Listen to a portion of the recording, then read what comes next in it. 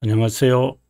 이것이 신앙 고백이다 시리즈 7권 중 첫 번째 책 벨지카 신앙 고백서 30항입니다. 30항의 주제가 교회 정치와 직분에 관한 겁니다.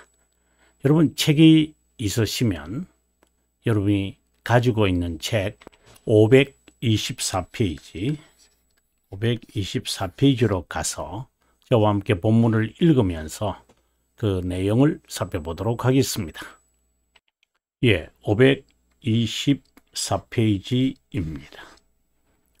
교회 정치와 직분 한번 읽어보도록 하겠습니다. 우리가 믿는 것은 이 참된 교회가 우리 주님께서 자신의 말씀으로 우리에게 가르친 영적 정책, spiritual policy입니다. 통치돼야 한다는 것이다. 참된 교회가 영적 그리스도께서 가르친 영적 정책에 따라서 통치돼야 한다. 다시 말하면 하나님의 말씀을 선포하고 성례를 집행하는 사역자, 목회자가 있어야 한다는 것입니다. 또 목회자와 함께 교회의 총회, 공동의회, 보통 우리가 카운슬이라고 그러잖아요. 교회의 이 카운슬, 만약에 여러분들께서 대문자로 이렇게 쓰면은 이것은 우리가 보통 말하는 총회, 종교회의, 근데 앞에다가 범종교회이고요. 그냥 종교회의다 이러면은 시노드 이렇게 되겠죠. 예를 들어서 시노드 of thought, thought later의 종교회의다 이렇게 되거든요. 아마 지금 같으면은 같은 종교회의인데 이때는 이제 중세시대나 초대교회 때는 뭐 중세시대에 뭐 있었던 카운슬이 뭐 제대로 된 카운슬이겠습니까만은 그때에는 이 종교회의 초대교회 때도 이제 시노드가 있었어요. 지역인데요. 지역 전체 총 모든 지역이 아니고 그 지역에 있는 총회 이렇게. 지금은 저희들이 assembly라는 이 단어를 영어로 이제 씁니다. 자, 계속해서 봅니다. 구성하는 장로와 집사가 있어야 한다. 보통 이걸 공동의회다 이렇게 말을 하는데요. 근데 일반 신자들이 없잖아요. 그래서 이것은 주로 장로와 집사 이럴 때면 재직회가 되겠죠. 좀 더 이제 구체적으로 말을 한다면 지금하고 이 시대가 1561년에 만들어진 벨지카 시대와는 조금 다르니까요. 그래서 이런 수단으로 참된 종교는 보존되고 어디든 참된 교리, 그러니까 참된 종교와 참된 교리가 보급되고 영적 수단으로 처벌받고 억제 그리고 필요에 따라 가난하고 억압받는 자들을 구제하고 그리고 위로를 줘야 한다. 교회 정치에 대해서 이제 정확하게 설명하고 있다고 봅니다. 또 이런 수단으로 모든 것은 디모데에게 보낸 서신에서 사도 바울이 시신한 자들을 선택할 때 선한 질서와 예절이 교회 내에 실행될 것이다. 자, 여러분 우리가 공부에 들어가기 전에 여러분들에게 먼저 알려드릴 것은 우리가 아마 이 강의를 듣는 분들은 장로교회 다니는 교회인이겠죠. 또 다른 말로 한다면 장로교인이다 이렇게 말합니다. 그러면 장로교라는 이 말, 장로교회인, 장로교인 뭐 다 좋습니다. 이 프레스비테리안 아직 이런 말은 안 나왔잖아요. 우리 고백에는요. 왜냐하면 아직 장로교회가 없었기 때문이죠. 그러나 이제 1647년에 작성된 웨스트민스터 신앙 고백서에 보면은 이제 서서히 등장하게 되겠죠. 자, 프레스비테리아니즘이 돼요. 그럼 이 점이거든요. 그럼 이거는 장로회 또는 장로 제도예요. 장로 제도를 언급한 사람이 토마시 카트라이트라는 사람이에요. 카트라이트. 카트라이트에 의해서 프레스비테리아니즘이 이제 되어져요. 이거는 교회 정치예요. 정치 용어예요. 네. 그러면 교회 정치를 하는 자들의 신앙은 어떤 신앙이에요? 할 때 개혁 신앙이에요. 개혁 신앙을 가진 사람들은 어떤 사람들이에요? 예, 신앙 고백서. 다시 말해서 지금 우리가 배우는 벨지카, 그 다음에 하이델베르그, 네, 교리문답이죠. 캐테키즘, 그 다음에는요, 예, 도트레이트, 예, 바로 법규, 도트레이트, 법규를, 네, 신앙을 가지고 정치는 장로교를 한다 라고 하는 의미가 있는 것이죠. 예, 아무리 참된 교회라 하더라도 가만히 들어온 어둠의 세력이나 미숙한 성도의 삶이 있을 수밖에 없다. 제가 늘 하는 말이 교회 안에는 네 부류의 사람들이 있다고 제가 강조합니다. 한번 이야기해 볼까요? 먼저 중생된 자가 있습니다. 중생의 경험을 한 자가 있습니다. 그리고 중생된 척 하는 자가 있습니다. 그리고 비중생된 자가 있습니다. 중생된 자는 바뀝니다. 그리고 중생의 경험이 없는 사람은 늘 안타까워하면서 지냅니다. 중생된 척하는 사람들이 상당수가 있을 겁니다. 뭐 이런 자는 교회에 들어오지도 않겠지만 물론 들어오겠죠. 중생된 척하면서 살아가는 사람들이 있으니까. 아무튼 어둠의 세력과 미숙한 성도의 삶이 있을 수밖에 없다. 그래서 중생의 경험이 없는 사람이겠죠. 여기서는 유기된 자이겠죠. 전자는 의도적으로 자신의 목적을 이루려고 하는 자들. 그리고 영문도 모른 채 자신의 의를 따라 하나님의 의를 한동안 이용하는 자입니다. 참된 신자도 그 교회 안에서 바른 정치가 이루어지게 노력하고 힘쓴다. 그렇지만 완전하지 못하기 때문에 언제나 제어 장치가 있어야 한다. 교회 정치는 마치 율법의 역할을 하는 것처럼 교회 지체를 위한 울타리다. 예, 울타리다. 이런 의미에서 구약 성경 시대에 하나님께서 율법으로 인간의 육체적 욕망을 제어했듯이, 자, 여러분 기억했으면 좋겠습니다. 교회는 권한, 기강 정치를 통해 통제, 제의, 권면, 지도, 도움을 줘야 한다. 이런 규정한 사역을 사역자에게 맡겼다. 이들이 행하는 사역은 교회 질서와 기강에 관한 것이다. 그것은 우리가 32항에 가서 우리가 한번 살펴보도록 하겠습니다. 우리가 사역자들에 관해서는 다음 항에서 우리가 다음 시간에 공부하도록 하고요. 참된 교회는 교회의 연합을 위해 교회의 교리와 기강을 세운다. 기강은 근육과 같은 것이죠. 교회의 멍에를 메우며 살아간다. 우리가 참된 신자, 특징에 관하여서 이야기하고 있습니다. 자, 별지가 30항 오늘부터 해서 32항에 이르는 것은 교회에 관한 하나의 문구입니다. 30항은 31항과 32항에 오늘 우리 공부하는 것은 서론이다. 전자는 교회 정치 31장, 그리고 이것은 32장.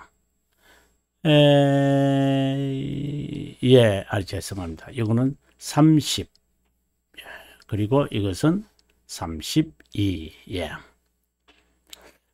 네, 한번 다시 볼까요? 네, 전자가 그렇네요. 맞지요? 네, 30장, 31양. 27항에서 9항은 우리가 교회에 관한 이야기를 우리가 살폈잖아요. 우리가 참된 교회, 그리고 거짓된 교회. 27항은 불가시적 교회, 28항은 가시적 교회. 그렇죠. 그리고 29항에 참된 교회와 거짓된 교회에 관한 이야기를 29항에서 다룰 거예요. 이제 그러면 30항 그러면 이해가 되겠죠. 가시적 교회의 구체적인 역할과 기능을 여기서 하는 이야기를 한다, 이 말입니다.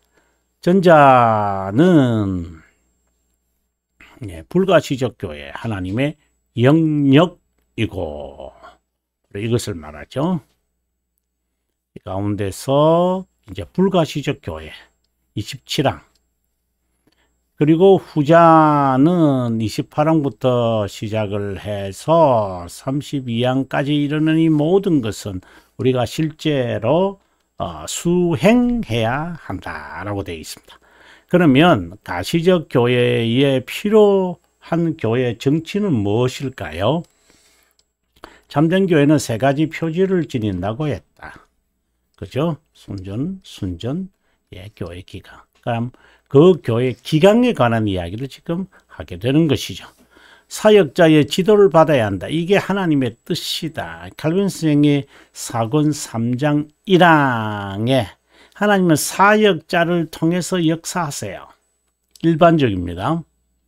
그래서 이 사역자의 중요성이 있죠. 그러다 보니까 그 틈새를 이용을 해가지고 사역자가 카리스마가 있는 것처럼 그 하나님의 영역을 가지고 이제 설치는 경우가 있겠죠. 이제 그것을 우리가 조심해야 된다고 저는 봅니다. 직무 수행이 너무나 고귀하기 때문에 그 사람까지 고귀하게 돼버리죠. 그러다 보니까 일반인들은 거기에 굴복하고 마치 자기에게 굴복한 것처럼 착각에 빠지는 경우가 있어요. 하나님께서 사역자에게 모든 것을 맡기시기에 오히려 이것이 제가 볼 때는 하나님의 섭리죠.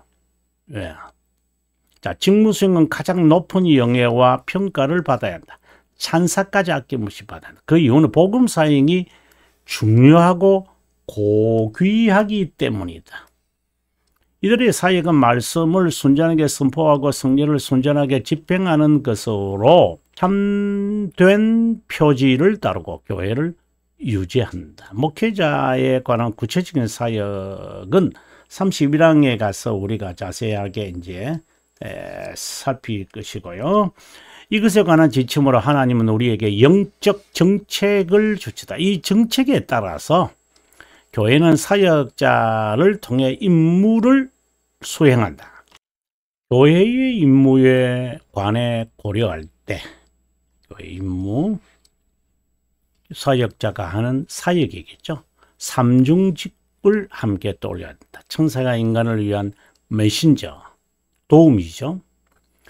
하나님 아들은 직접 구속 사역을 위해 인간이 되셔서 기름 부음을 받은 자, 이것을 우리는 그리스도,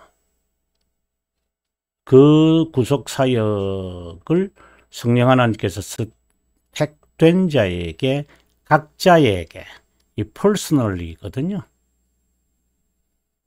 인격적으로. 교회는 직분자를 통해 교회에 모인 선택자를 양육하고 훈계한다. 이것은 하나님의 영원한 섭리다.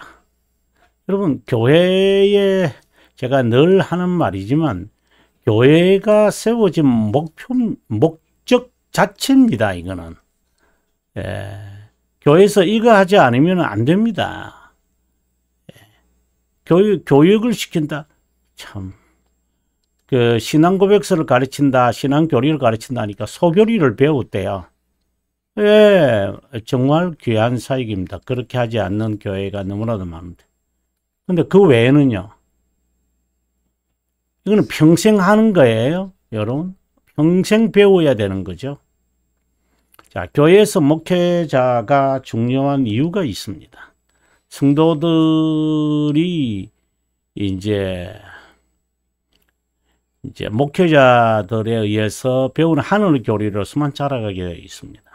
이게 목회자들의 중요성입니다. 이런 면에서 교회는 성도를 양육하는 모친이다. 갈변생이 마들이라고 하거든요. 말씀 선포와 성례가 참된 교회의 표지가 된다. 참된 교회에서 그 사역을 수행하는 목회자는 하나님의 스피커다.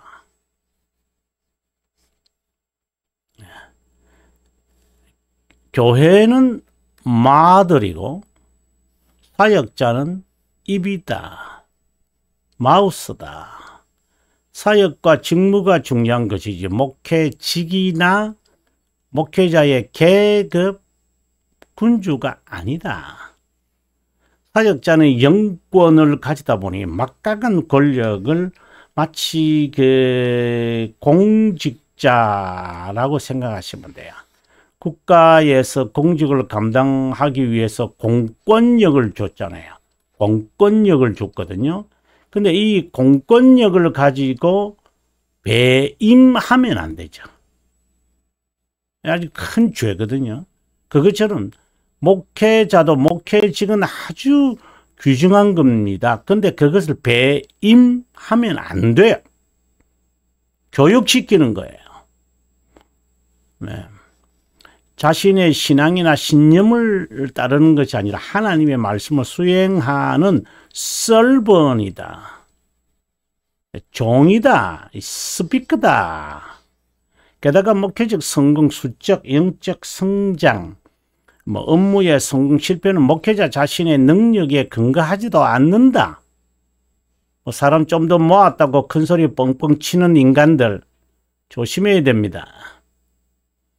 하나님이 그러면 살찐 것과 우리가 팻하는 것과 많이 모인 것 얼마나 비슷해요? 교회가 살찐 것하고 많이 모인 것하고 상당히 유사합니다. 많이 모인 것은 자체는 잘못된 게 아니에요. 네. 근데 팻이냐? 그래, 운동을 안 하고 있는 거냐? 살찐 거냐? 그래서 온갖 질병이 일어나잖아요. 팻은 질병이 일어납니다. 잡음이 일어납니다. 건강하면 각종 어떤 그 바이러스에서도 건전하게 버텨나가요. 네. 노예가 아니라 목회자는 종이다. 고용된 자가 아니라 상속자다. 보상을 바르지 않는 소유자이다. 목회자가 열심히 그 직무를 수행하는 힘은 자신의 이데올로기, 의지, 재능, 웅변, 이런 테크닉이 아니라 전적으로 하나님의 자비하심에서 나온다. 이것은 결국은 하나님의 선택된 자라고 하는 것이고, 다른 말로 한다면은 중생의 경험을 한 자예요.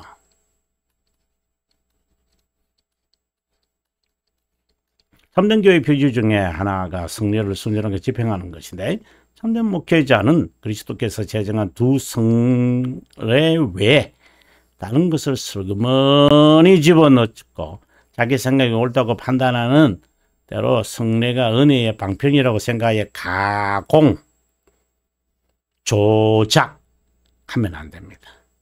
하나님의 말씀, 하나님 말씀 나는 설교 내가 성경 신학 박사니까 잘한다. 예, 일반적으로 잘할 수 있어요. 그러나 그것이 기준이 되는 것은 아니에요. 한번 계속해서 봅니다. 목회자도 연약하고 허약하게 언제든 재간을 부를 수 있다. 예, 저 얘기하는 말 같습니다. 목회자는 자신을 언제나 정말 어렵습니다. 제가 훈련이라는 말의 영어를 이제 이런 말을 하잖아요. training, drill, exercise. 이런 차이를 제가 이야기하잖아요. 여러분 들으셨겠지만 오늘 처음 듣는 분을 위해서 한 번 더 할게요. 이것은 인스트럭터가 있잖아요. 그죠? 그래서 배웁니다. 그리고 줄이 잃은 이 사람의 그대로 따라오지만 자기 그것에 지침을 받아가지고 자기 계획을 세워서 스케줄을 따라서 합니다. 엑서사이즈는요, 바로 by himself입니다. 예, 자기 스스로 이제 돼 있는 겁니다. 그래서 목회자는 엑서사이즈 하는 사람이에요. 예, 줄 훈련도 받고 줄일 또 해야 돼. 이건 이제 보통 이제 레지던트라 그러죠. 이제 전임 사역자 그리고 담임 목사가 된다는 것이죠. 엑서사이즈는요. 이거는 신학성이고요. 장로와 집사도 있어야 한다. 교회는 목회자만 아니라 이들을 구성된 재직회, 노회, 보통 재직회가 앞서 이제 소문자로 해서 그리고 노회, presbytery. 영어로는 이래 되거든요. presbyter. 그 다음에 총회는 assembly. 좀 더 이제 우리가 웨스트민스터 신앙 고백서에 가가지고 좀 더 우리가 자세하게 하도록 하겠습니다. 여기 보면 종교회, 본병교회, 노예, 클래시스라고도 하기도 하고요. 더 카운슬이라고도 한다. 이렇게 영어로 바로 이어서 나왔네요. 이런 수단은 교회 직분자, 목회자, 장로와 집사를 통해 사역한다는 고백인데 장로의 역할은 뭐냐? 장로는 두 종류가 있잖아요. 그죠? teacher, 그 다음에 manager. 이 두 종류가 있어요.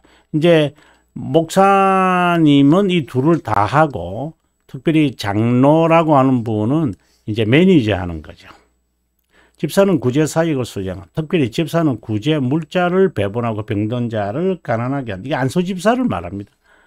서리 집사는 하나의 그것에 대한 지침으로 훈련받는 서리이기 때문에요. 집사 서리죠. 총장 서리가 있고 그 다음에 대법원장 서리가 있고 임명을 받은 것은 아니죠. 아니, 임명을 받았지만은 이제 제한적이죠. 집사 선출의 목적은 구제를 위한 것이었다. 초대교회 때 장로직은 말씀을 선포하는 목회자만 아니라 다스리는 마치 가버너와 같아. 말씀 선포와 기강은 장로의 직무다. 이 둘을 하는 것이 목회자죠.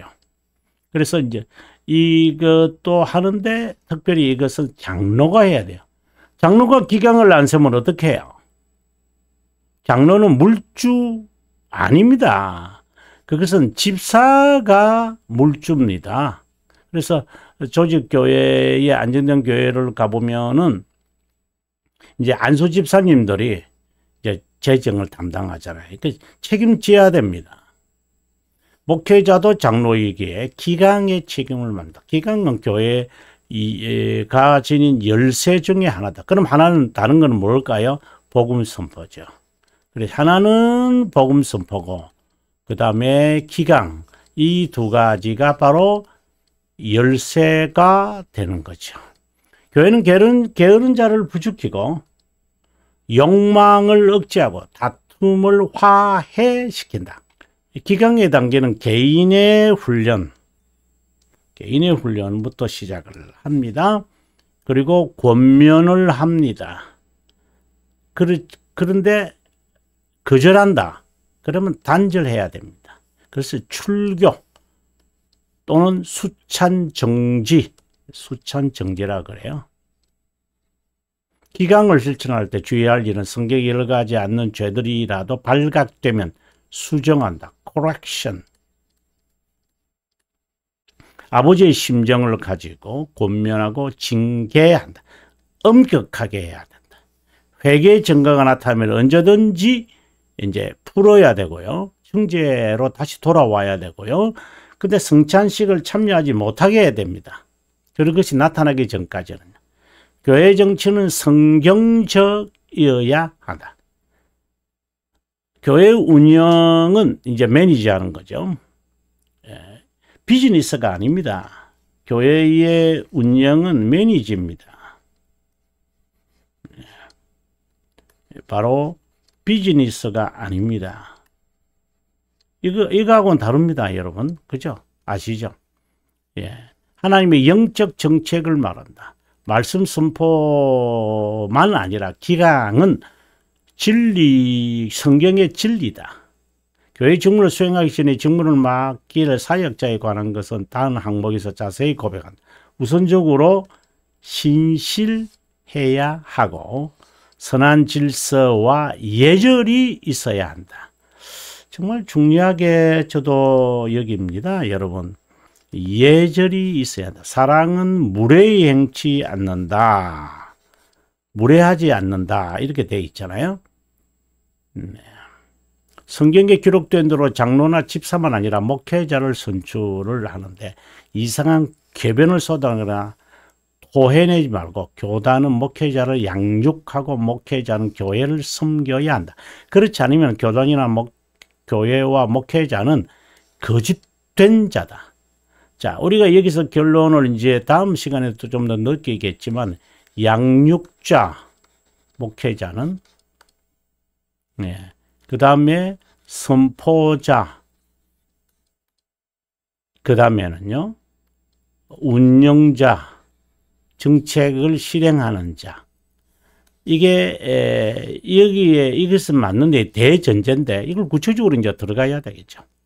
예, 아무튼 다음 시간에 여러분 우리가 31항 그 다음 페이지가 나오는데요. 31항 사역자, 본격적으로 사역자가 되는데 페이지가 여러분 531페이지가 되네요. 다음 시간에 여러분 뵙기로 하고요. 긴 시간 동안 함께 해주셔서 감사합니다. 남은 시간 행복하십시오.